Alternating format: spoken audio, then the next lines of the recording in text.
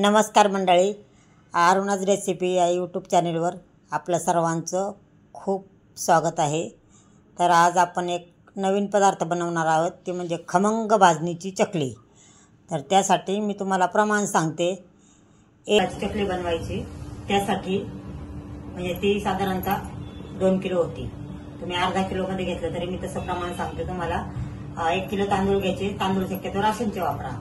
आणि त्यामध्ये 1 किलो तांदळामध्ये अर्धा किलो चना डाळ, 1 पाव मूग डाळ, 1 पाव उडीद डाळ, 1 वाटीभर साबुदाणा आणि एक भाजणार आहोत। आणि मी तुम्हाला मगाशीच सांगितलंय की मी प्रमाण जास्त घेतलेलं आहे। तुम्ही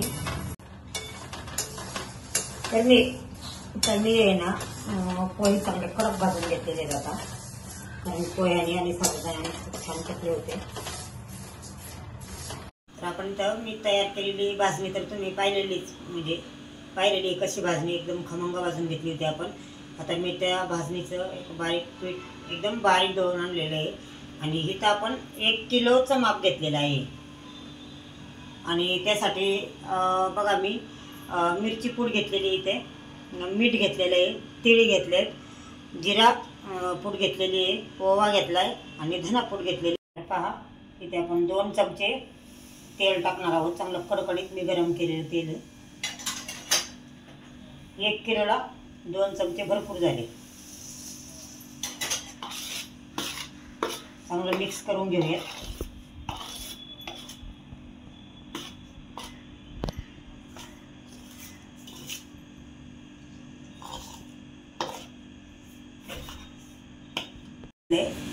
ते असं पिठाला चोळून घेऊयात चांगलं, कारण तिथे गाठी गाठी होत नाहीत मग।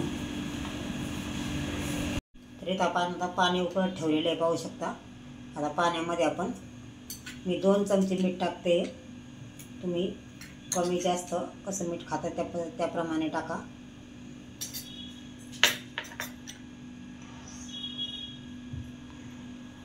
ओके, 1 चमचा मिरची पावडर आणि अजून थोडीशी वरती टाकली आहे। इथे आपण आता ओवा घेतोय। पहा 1 चमचा ओवा टाकलाय मी। तीळ जास्त पण टाकू शकता, कारण तिळाने चकली खूप अशी छान दिसते। मी इथे 2-3 चमचे घेतले।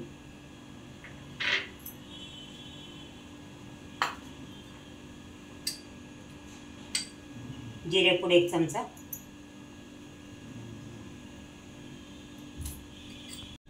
इथे हिंग घेतलाय मी छोटा 1.5 चमचा, आपल्या मसाल्याच्या डब्यातला चमचा। इथे मी धना पावडर घेते। बरेच लोक आहे ना, ते जेव्हा भाजणी आपण दळून आणतो ना तेव्हा टाकतात, पण तेव्हा मी पिठासंग मी ते दळणामध्ये टाकत नाही धना पावडर, जिरं। तर आता आपण हे सगळं टाकलेलं आहे ना, तीळ, धनापूड, जिरापूड, हिंग वगैरे, हे चांगलं मिक्स करून घेऊयात आता। हे पहा,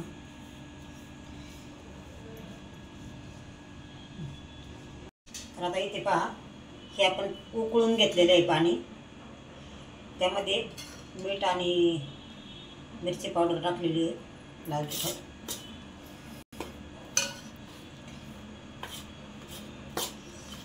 हळूहळू कालवून घ्यायचं।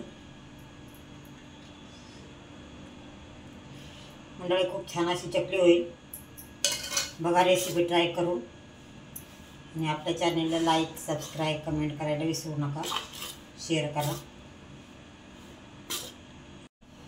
खूप असं पातळ पीठ करायचं नाही आणि खूप घट्ट पण करायचं नाही, जसं बसेल त्यात तर तेवढंच पाणी टाकायचं।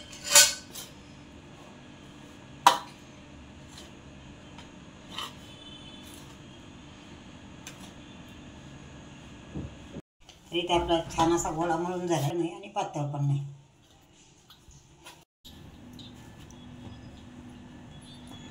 तर पहा, आपण हे पीठ आता अर्धा तास भिजत ठेवलं होतं। आता घेऊन थोडंसं पाणी टाकून आणि गरम पाणी घेतलेलं आहे मी, गरम पाणी थोडं थोडं टाकून आपल्याला जसं हवं आहे तसं आपण त्याला करून घेऊया. जास्त घट्ट पण नको आणि पातळ पण नको. हे पहा छान असं पीठ झालेलं आहे. खूप घट्ट नाही, पातळ नाही.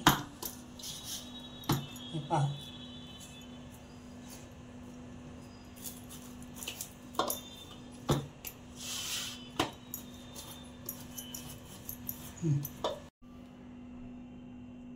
हे पहा इथे छान असं चकल्या येतात आपल्या. काटे पण छान दिसतात तुम्ही बघू शकता.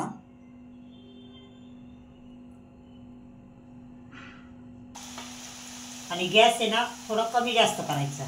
एकसारखा मीडियम फ्लेम पण नाही ठेवायची. थोडंसा मध्ये परत कमी करायचा. पाहू शकता इथे.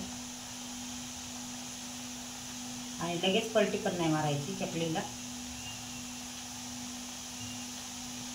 हे पहा आपली चकली पूर्ण तळलेली आहे आता. हे पहा फुगे जे कमी झाले की असं समजायचं आपली चकली पूर्ण म्हणजे अशी भाजलेली आहे. हे पहा छान असा कलर आला.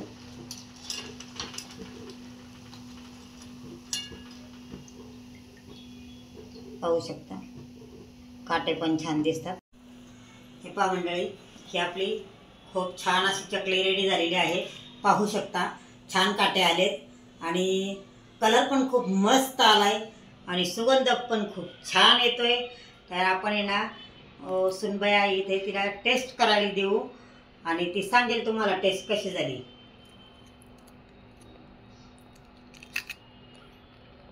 एकच नंबर झाली आहे. तर पहा मंडळी खूप छान झाली. ती म्हणते कुरकुरीत झाली आहे.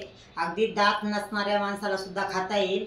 आणि खरोखर आपला न्यूज चॅनल आहे तर लाईक करा, सबस्क्राईब करा आणि कमेंट करा. कमेंट करून सांगा चकली कशी होती ते आणि सर्वांना शेअर करा. तर अशीच साथ सदैव आपली राहू द्या माझ्यासोबत. धन्यवाद.